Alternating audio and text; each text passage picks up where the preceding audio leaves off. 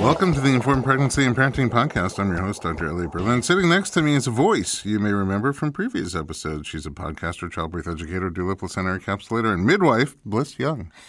That was so fast. Hello, everybody. Yeah, MSRP. Glad to be back. So glad to have you back. Our guest today is an Aussie actor who's been in like everything, but her career seemed to really climax with her recent appearance on the Informed Pregnancy Podcast. She was here. Why is that funny? She was here during her second pregnancy and, among other great conversations, shared the story of her first birth and how it went different than she had expected and hoped, and what she was planning for baby number 2. Well, she recently gave birth to Theodore, who's here having a meal. And as promised, she has come back to share the sequel. Emilie De Ravin, welcome back to the podcast. Thank you. I'm very glad to be back. And yeah, any strange noises or weird breathing or what you can hear right now It's not you. Is the munching munchkin. Is our youngest guest ever to appear on the podcast. He doesn't have much to say right now because he's got a nipple in his mouth. Yeah. I don't know where to go with that, so. Carry on. Last time you joined us, you were cooking up this little guy. How was the rest of the pregnancy? When was I? I was what? How many weeks was You were I? towards the end. I was like, what, 36-ish? Something like that? Yeah. About there. It was... Well, he's got another thought. Oh, you could just tell us. It was fine. It was I really didn't have anything major except a little, like I spoke about last time, I think a little bit of back pain and you know, that hip issue that I You had. had this funky hip issue. You worked that out. That was actually there we go. A little burp. Always makes me feel better. You worked out a crazy hip issue. That's true. You couldn't walk. I was literally limping. Yeah, I know. I went to Manhattan for work for the weekend. I was like, I'll walk around. Couldn't. I got stuck in the hotel, and it ended up you sort of relieved it with just these couple of not random, but specific pressure points. Yeah, trigger points under your sacrum. Yeah, that just, immediately wasn't like back to full on normal, but it really relieved it. Yeah, I found them on Google. Yeah. No. Yeah, I'm sure that's Google. You find everything on Google, don't you? Yeah. Isn't it? Yeah. That's how I find everything. But no, it was good. My challenge was that everyone was like, oh, he'll be, as Blyss knows, everyone was like, oh, except you. He'll be early, you know, or, you know, at least not late. So I'm getting, you know, pretty antsy about my due date. And that was kind of it from me. And also getting actually a little bit back to first trimester emotional, hormonal feelings of just being really, really zero patience, pretty angry, pretty upset, not being able to have much empathy for even myself. Wow, you really took, I took a spin, and it was probably for what, like the last 2 weeks or something like that, I think, maybe. Definitely the prenatal that I saw you right before delivery, we were talking about that. Yeah. You also got sick in there. I think you also got sick in there. I did. We got super sick. Like the whole family got super sick. And you had a peanut reaction. Oh, God. Yeah, I had a peanut. I was meant to go see my backup doctor, and an hour before I was going to leave, I ate a peanut in something that someone had given me in a truffle or something, and that was interesting because I'm super allergic. Like EpiPen allergic? Like EpiPen allergic, which I didn't do. I just threw up for about, I don't know, an hour and was just sort of on the bathroom floor. So just on top of everything else? Yeah. It was the nut allergy. Yeah, so that was kind of a rough...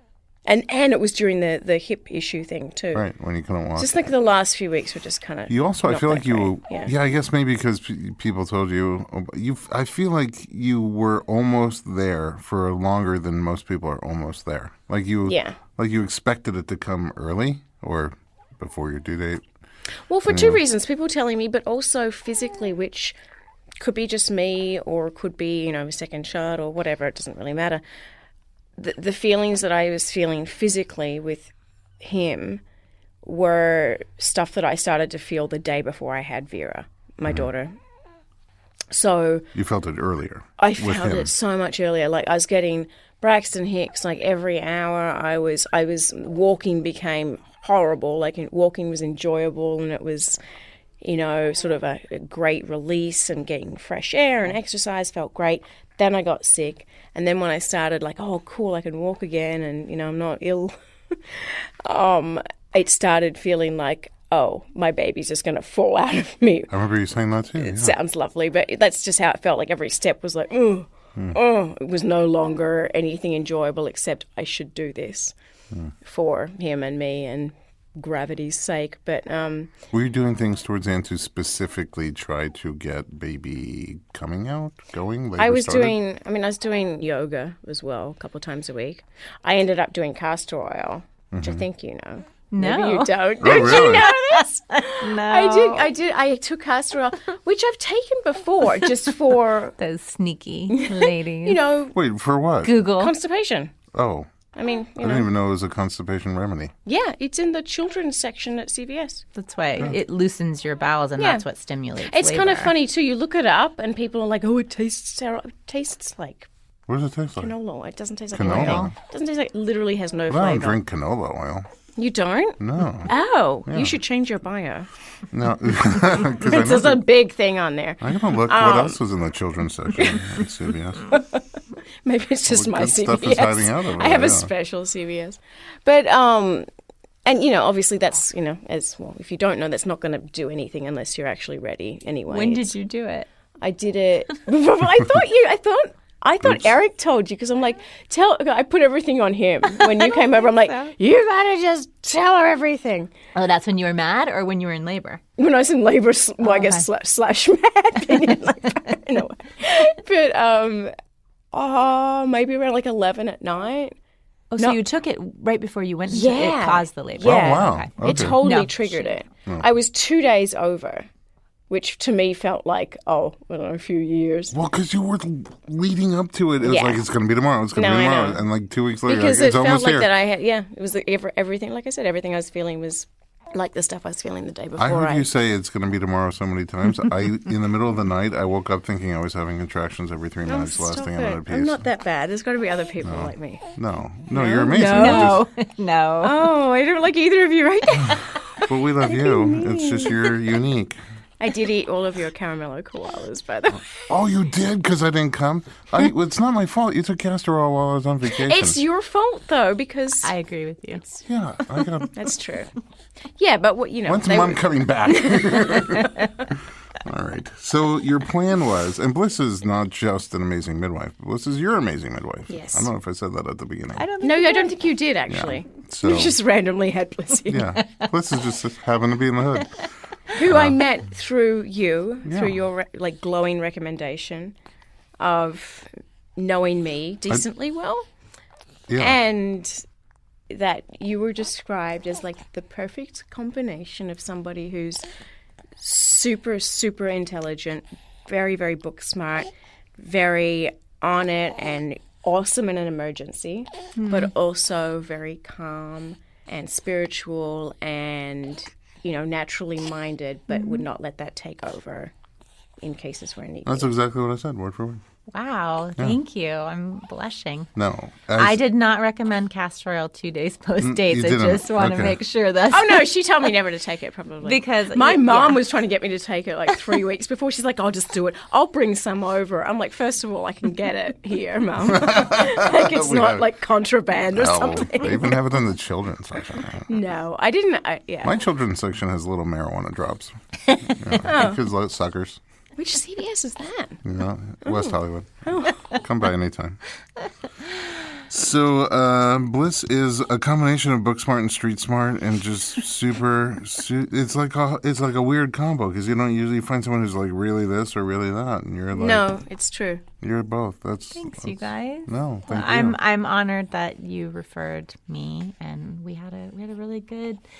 You were already quite pregnant when we got I together. was. Yeah. Because you're So we didn't have a ton of time together, but I think I was probably about seven, six and a bit. I don't think I was quite 7. Oh, that's only 2 weeks before you kept saying it's almost here. Exactly. Yeah, I know. It's coming tomorrow. It's 7 months. Let's do this. No, well, because we just moved. We were, Right, we you were out by moved. Del Mar birth You were at a center. birth center, and then you moved out of that neighborhood. Right, and then you were like, well, why would you even think of driving there? And I was like, I know, it's stupid. And you revisited. Well, just once you're in labor, and then you have to labor because you can't Right. go too There was early, no and it's point. no longer No. near you. I mean, it's an amazing birth center, but which one? Del Mar. Del Mar. yeah, yeah. And look, a birth center, it's basically doing it at home without having to clean up. And somebody else's You know, home. you guys cleaned up anyway, and there wasn't much to clean up. No. It's told like, you. But, you know, you don't have the LED tub and the nitrous oxide in case you have to have a tooth removed. a tooth removed. Well, nitrous. Oh, no, I just removed my own teeth while I was labouring. Wow. You're crafty. Yeah, you know. So you wanted, first time you said you're going to do the birth center, but then you had this crushing back labor. I did. I had then- horrible back labour and ended up with the amazing, now retired Dr. Wu. Dr. Wu. And you still with- have a birth that you enjoyed. Like, Yeah, it was a vaginal birth. It was all fine. I got out of the hospital like as soon as they could let me escape from the room. And, you know, Vera was fine. I was fine. And then know. because I think a lot of people, when they have that experience, they try an out-of-hospital birth, and then it goes down that path, then they're like, oh, maybe I'll just have a hospital birth this time. In case Well, I it look- did cross my mind. I think I'd said this to you, and I definitely said it to you. At the end of like, when she's just laughing her ass off right while now. you were pushing? While I was That feeling last fantastically appointment. emotional, When she was stable really, towards the end of my really pregnancy, not that it happy. was. Yeah, He remembers. He remembers. Absolutely. Don't bring that up again. Of getting back to, which I think I'd mentioned to you at the get-go, just sort of. At the get-go of, you know, there is part of me that's like, oh, well, that's what I know.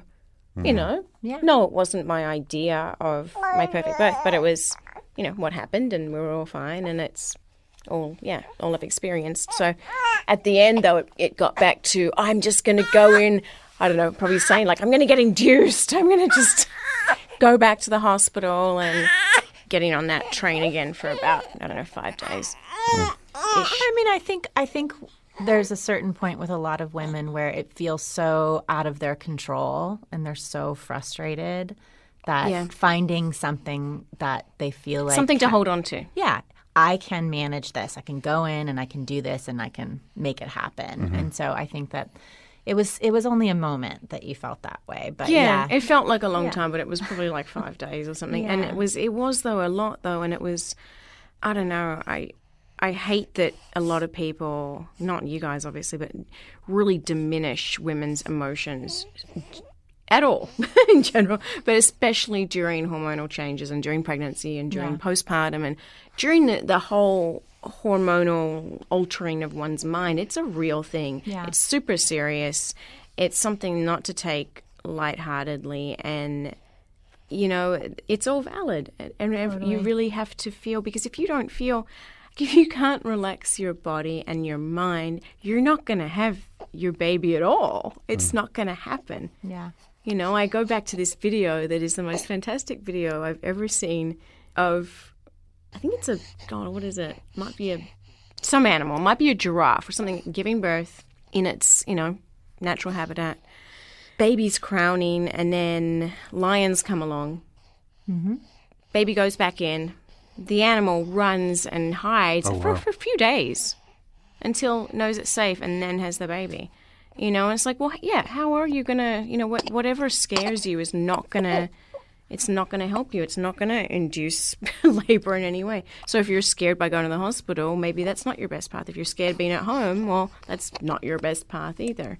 Absolutely. Whatever is, and yeah, things are going to happen that you're going to be in wherever it happens at some point too. Yes. How did you get past, like, what happened over those 5 days? How did you come out of it?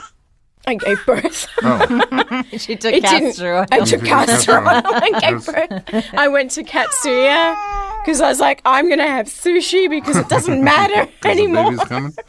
They do it in Japan every day. We did talk about a plan, for making sure that this wasn't something that was going to continue into her postpartum period. So we did talk about setting up a plan to make sure that she had somebody she could talk to. And, we really talked through the emotions of it because we weren't sure if it was just something that was going to remedy as soon as she had the baby or if it was showing signs of some hormonal issues that were going to be something we really needed to pay attention Oh, so you to. think about postpartum while they're still pregnant? We do. That's so unique. So smart. I know though. you. And I see. I told you book smart and street smart. But, so I touched base with my therapist, made sure that, because you don't want to be trying to update someone on the last 6 months of your life when you're in a crisis, You want someone to be at least kind of up to date with what's going on. So, But, luckily for me, everything kind of just really leveled out. She felt great. I felt great. Yeah. Leading up to. So good. After. Oh, After. Gotcha. Yeah. Do you think it's because of all the caramel koalas that you ate that were meant for Most likely. me? Okay. Most likely. Because those always make me feel good. Because I have no energy because this guy's gained like 15 pounds in 5 days. Yeah, how do you have such a... I mean, Blyss said it. He's almost as big as you. He is, honestly. Yeah. It is kind of funny. My daughter's little. She's very petite. I look at you feeding him and I'm thinking job security. Like, as a chiropractor, I'm set. This isn't appropriate, you guys. No, he's, yeah. He's big. You got good. But he wasn't big when he was born. He was 7. My daughter was just like an ounce under 6. And so it's a difference, but not Are crazy. there differences in how they're eating, or are there differences No, Is he sneaking eating... down to the kitchen at night? Is he taking Ampy and making sandwiches? What's going on? Maybe. I don't know. He it feels like he's drinking the same. And I've started pumping. Are you eating different? No. It's the home birth. Oh, it's the home birth. Yeah. It's totally. the home birth. It's Blyss. Exactly. Maybe it's that one peanut you had in the truffle. It's the one peanut. Yeah, he's just expanding. The pregnancy peanut. Oh, It sounds like a book. Or a movie. could be. The pregnancy peanut. yeah. No, I really don't know it. It's just him, in His my genetics, opinion. probably. I don't think it's anything to do with me. My milk looks the same. It tastes the same. It seems about the same amount that I'm producing from when I pump. Like it's coming out just as quickly, and I'm getting as much. Because she drank a lot, but she just So it's didn't. just his she code. just didn't gain, and he just gained a lot real quick. Like he only dropped for about not even a full day, I don't think, under his birth weight. So I think day 3, he was at 7.2, and he was born at 7. Oh, wow. So Yeah. usually they... Yeah. Well, he did drop. He dropped down to like, I don't know. He dropped, I think, 5 ounces under his birth weight, but for 5 minutes. And Wow. yeah, no, it's funny. It is really funny. I never How had different they are. Yeah, so crazy. She was always this little skinny mini. He's like little chunky legs that don't even fit in half of his It's onesies. so cute, those cheeks. You only need his cheeks. So let's talk about the birth. So where were you in relation? You were 2 days post due? Yeah. When you because I was started swigging the castor? When I started swinging. Do I you didn't mix it with even anything? Do you have like a full recipe? dose. Is there I orange do. juice? You do. Mm-hmm. Do you take it? You just drink it straight up? Yeah, it's literally like having no tasting oil. So Not even an olive? I Nothing? don't understand. Yeah, because there's the whole dressing thing. You know, the LA dressing. Did you have the dressing? Oh, salad the dressing? coyote salad dressing? Which yeah. is really just the castor oil in it that is... Is there castor oil in the dressing? sure. That's that the only thing that does anything in it, I'm sure there is. Wow. apparently. So I was like, well, Makes why? sense. I don't need to have a salad. I'll just have the stuff that's in the Mystery thing. ingredient. You know? Oh, so you didn't pour it over lettuce? No, you just have a spoonful like you do with, flaxseed oil or whatever you do. Just like I do with flaxseed oil. Did you have a teaspoonful? Because usually the recommendation, I think, is like 2 tablespoons or something. I think it was like 2 tablespoons, and I didn't because I'm small. I'm like, oh, Yeah. I don't want to be pooping all night, so I didn't take as much as I was even meant to. Mm-hmm. I think I was. Who knows? Maybe I would have just happened at the same time. It didn't feel like. I also didn't feel very crampy from it. Yeah. After you took it? Yeah, I didn't. I didn't go ballistically diarrhea on everyone All right. at all. It was Good. just like, oh, I had a poo. Well, all I know is you texted me at some point. You know what? I texted you late though. I think because it all happened so fast. Let me, let's take a quick break. Let's Okay. get the whole story right after this little break. We'll be right back.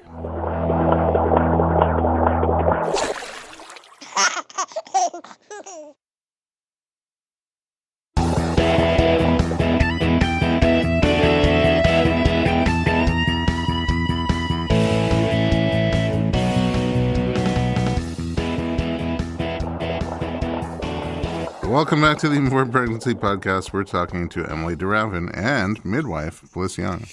So talk us My through labor. midwife. Your midwife. And others. Look, if I could get knocked up, she'd be my midwife. Aw, thanks.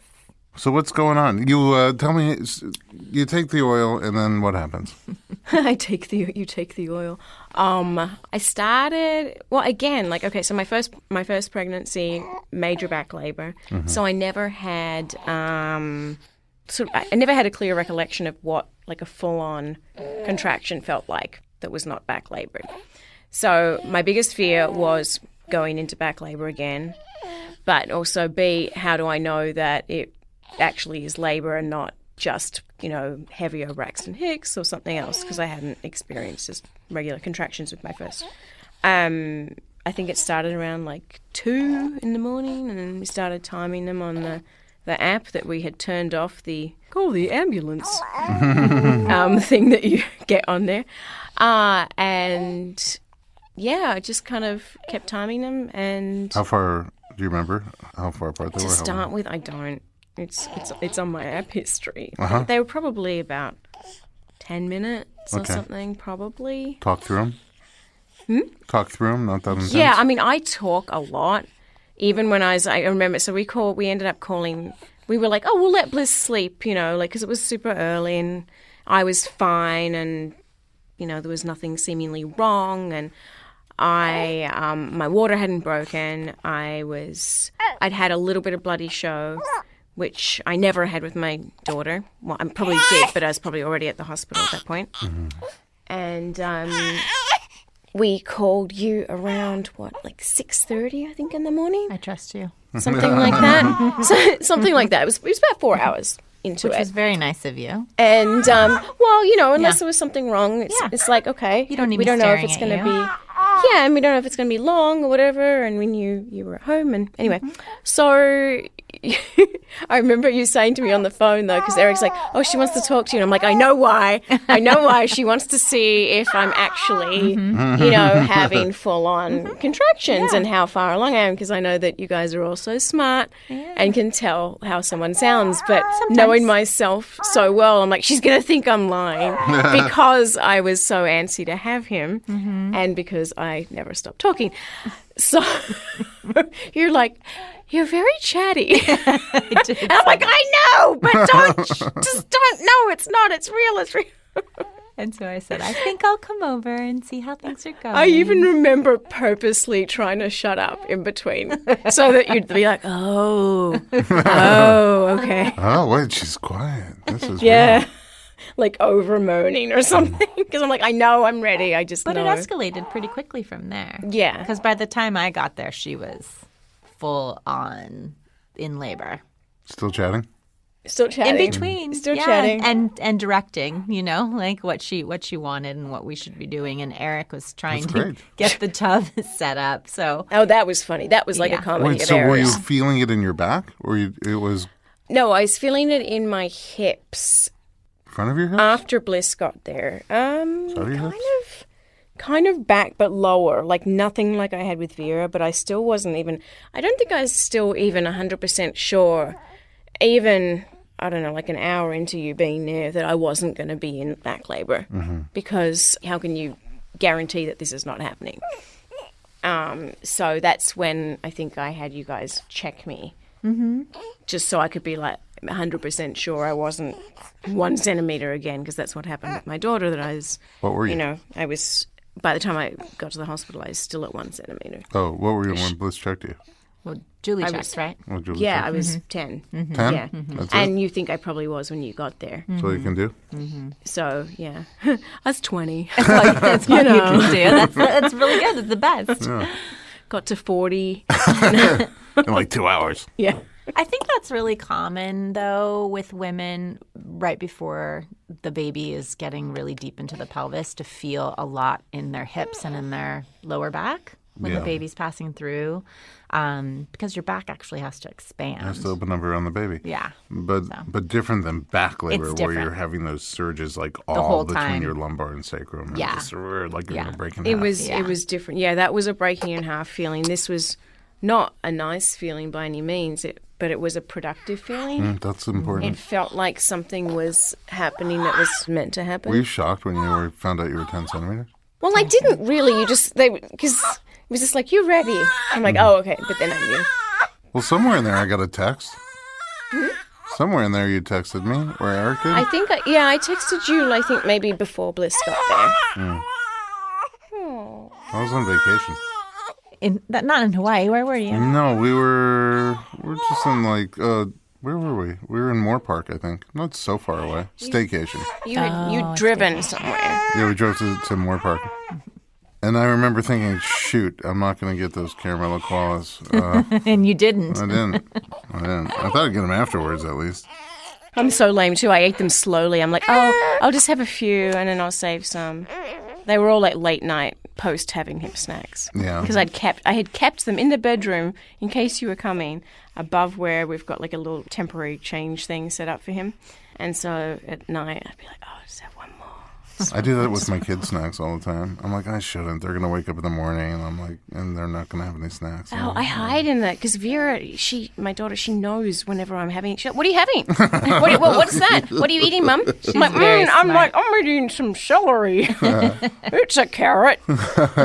Or I'll be. She's like, but it's not crunchy. It sounds crunchy. Yeah. What's crunchy in your mouth? She's looking out for you, Mom. Make sure that carrot. I hide and eat now. Make sure that carrot has no peanuts in it. Oh God, I know. But yeah, I did all my work before you went into labor. You did. You needed nothing. She really. You had it all built in. She really did. You did amazing. But that was my struggle though through labor, was not knowing for a bit if it was going to end up in back labor. Mm-hmm. It was traumatic for you the first time, so it got triggered. Yeah, it totally got triggered. And also, I don't know, I felt the urge to push very early on. Well, I don't know. According to me, and I think what we talked about, seemed kind of early, but it felt right. Like it felt when I didn't, because there was a couple of contractions that I sort of tried to hold back on pushing, and it just felt terribly wrong and weird and to not push. Mm-hmm. But then nothing was happening for a while. I mean, I don't know. I don't even know if you remember how long I pushed for, but it felt like a long time. It wasn't very long. It wasn't a couple of hours. We weren't even there. We weren't even there very long. I know it felt like a long time to you. I think you guys were there for about 3.5 hours, which before I had him. Yeah. Yeah. Just not long, but still, it's not like I pushed for 10 minutes. No. Where for some reason were you in water? Did you get in water? Mm-hmm. Did I? What? Get in water. I did. Yeah. Okay. So I was in my tub for a minute. While he was trying to set up fill up the other tub, the big tub. Then he had because he had the thing in the wrong thing. Oops. Yeah. And then I'm like, no, that try happens to that. a lot of guys. I'm saying when they're trying to fill up the birth tub. Dun, dun, dun. Yeah. And I was in the tub for probably like an hour, maybe longer, and it felt great, except when I started cramping, sort of like from my groin to my knees, that I couldn't get enough traction. On the inside, your adductors? Yeah, on both legs, that I couldn't get enough traction in the tub to steady and try and when you've got like a horse bite feeling cramp. Yeah. And you need to stretch it out, and you need to kind of figure out how to get. I couldn't do it in the water, so they were both doing it at the same time. I had to get out or stand up in the tub, but.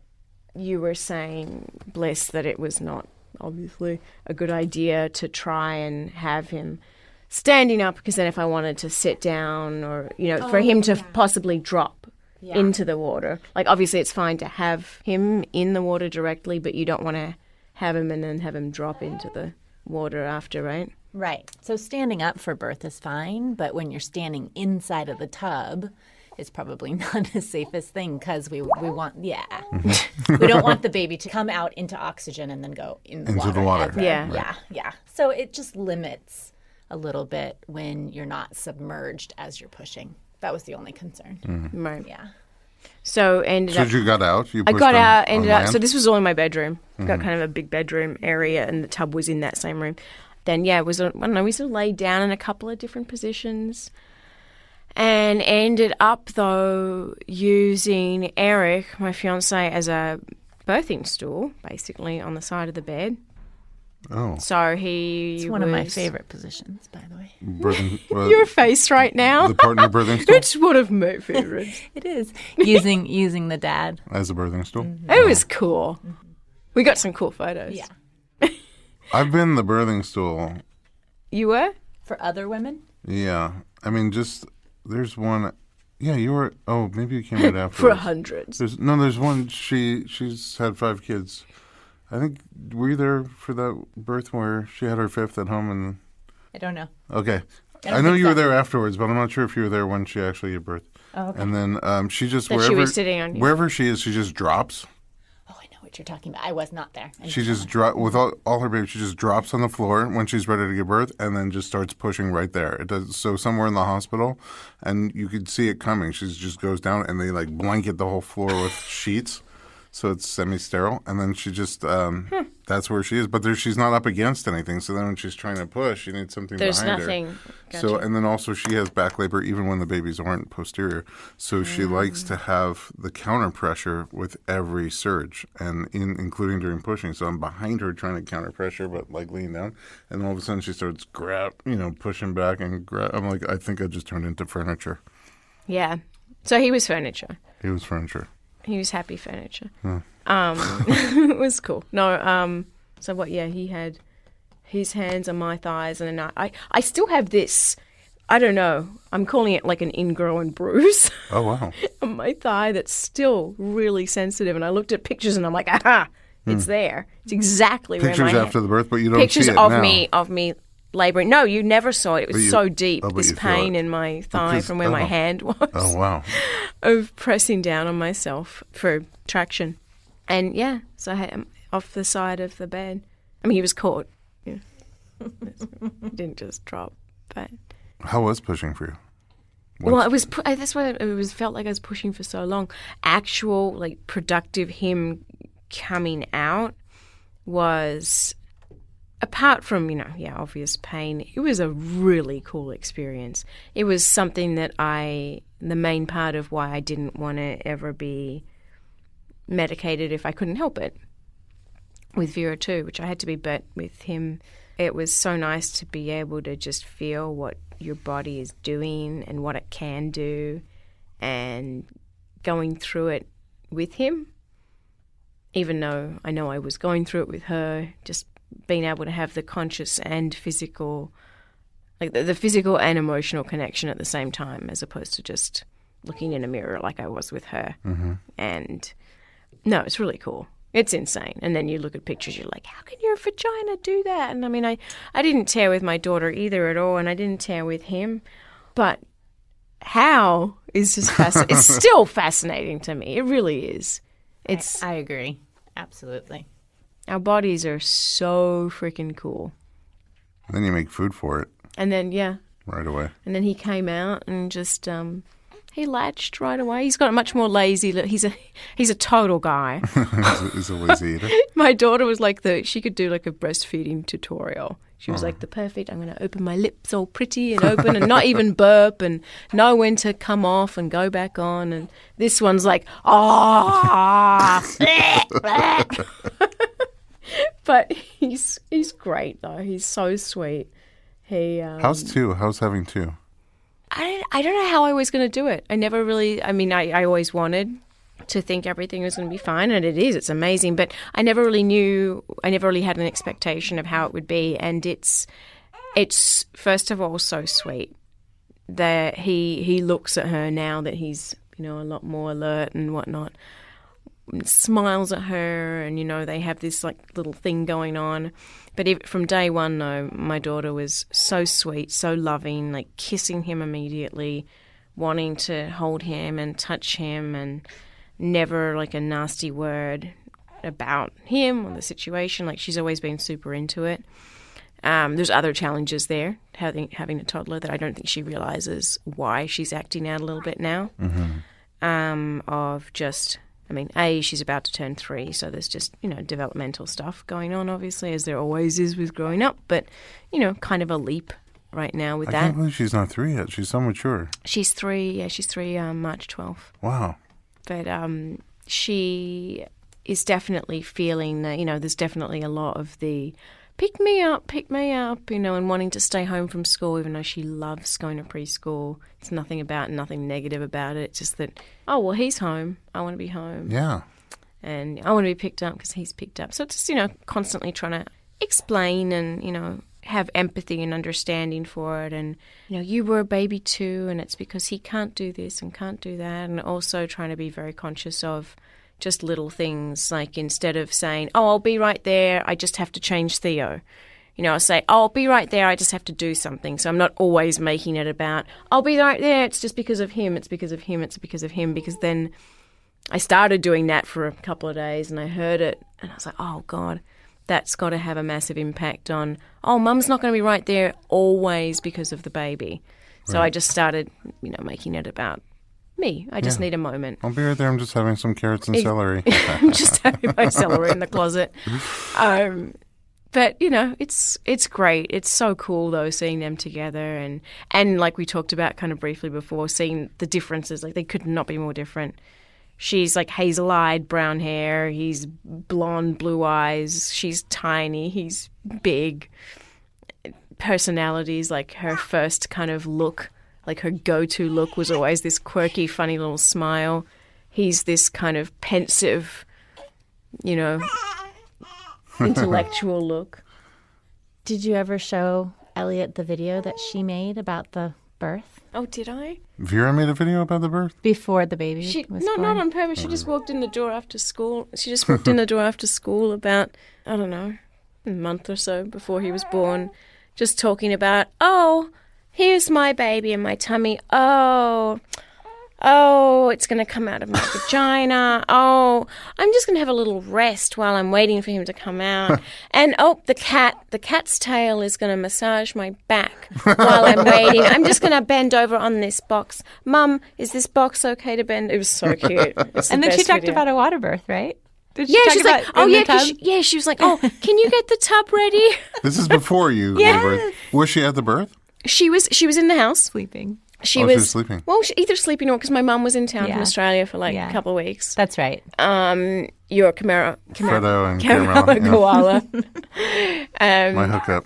Hookup. But I hope you have a third child for that. They were just hanging out. She did come in early on and she was like, Mum, you sound like a whale. Which was very cute. But then, look, if she wanted to literally be in there, we would have let her. She just didn't really. Yeah. She was off playing games with Grandma. Yeah, so she's probably giving birth in the other room. She's probably giving birth in the other room. And she's like, if my mom wants to come, she's totally welcome. Yeah, but, they came in, like her and my mum came in a few minutes after he was born. And super sweet. It was very sweet. She climbed on and was just so happy. Oh, I can imagine. She's so mature. I can't believe I'm still getting over the fact that she's not 3 yet. I know. She's a mature little thing. She's going to be smarter than me by the time she's like 6. She might be smarter than me now. Well, all right. Well, I think we all underestimate, I think, children's let's end with this thought, unless you have a thought you want to end with. What is there anything you would do different if you had a third baby, birth-wise? Shall I leave the room? Yeah. No, you would be there, like, if you would be. If you'd have me again. Of course. No, you're kidding. No, Blyss is amazing. I just want to record the next one, what it is that you're chatting about in between contractions. Well, I don't know. Apparently I was funny. Apparently I made you guys smile, so that made me feel good. Did you record it? No, I said next time. Oh, next time. Next time. It'll be the new podcast. What would I do different? What I tried to this time, and I did to a degree, but just get out of my head.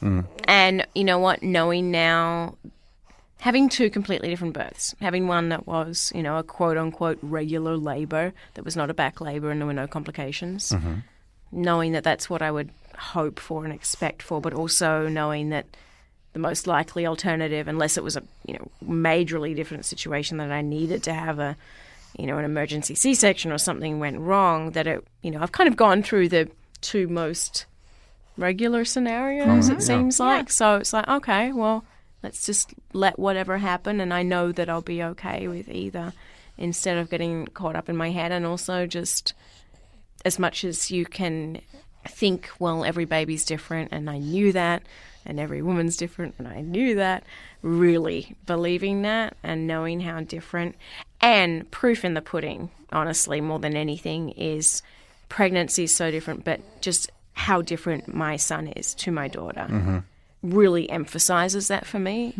I don't know why. Well, I mean, I do, but, you know, it really, like, hit home with me of, oh, well, of course your pregnancy is so different. Of course you feel different. You know, it's a different being. It's a different entity. It's a whole, every single thing is so different. And the only thing you did different was prenatal chiropractic. It's amazing. yeah. All right. I love you, Blyss, though. And I love you, Ellie. Oh, it's mutual. It's You a love guys are fest. amazing. Like, you know, Love fest. going through pregnancy and childbirth. You weren't, you know, there physically for birth, but with people who are so awesome and just non-judgmental is, God, a massive bonus. I don't know. I thank you. can't explain how much that means to me. I love being on You know. Team Emily, and I love being on Team Blyss. Well, I'm always your midwife. You know that. You can always reach out to me, even if you're not pregnant again. I will. This feels like no, you hang up. No, you hang up. I love Theo's like, "Ah." All right. Well, Thanks for having us, of Elliot. course, Blyss. Yeah. Thanks for coming back. Yeah, I'm yeah. gonna, Thank gosh, you. I want you back all the time. Anytime. Just Now let that me Dr. know. Stu stole you as his podcast lady. Like a sidekick. Yeah, Yeah. I love having you on here. Anytime. And Emily, thanks for coming back as promised to share your second story. And Theo, thanks for coming. You know, making everybody hungry. I got to hold him. That was fun. Oh, that's so nice. All right, at home, thanks for listening to our podcast. You know what? If you have a suggestion on a topic you'd like to hear about, write to us, info@informedpregnancy.com.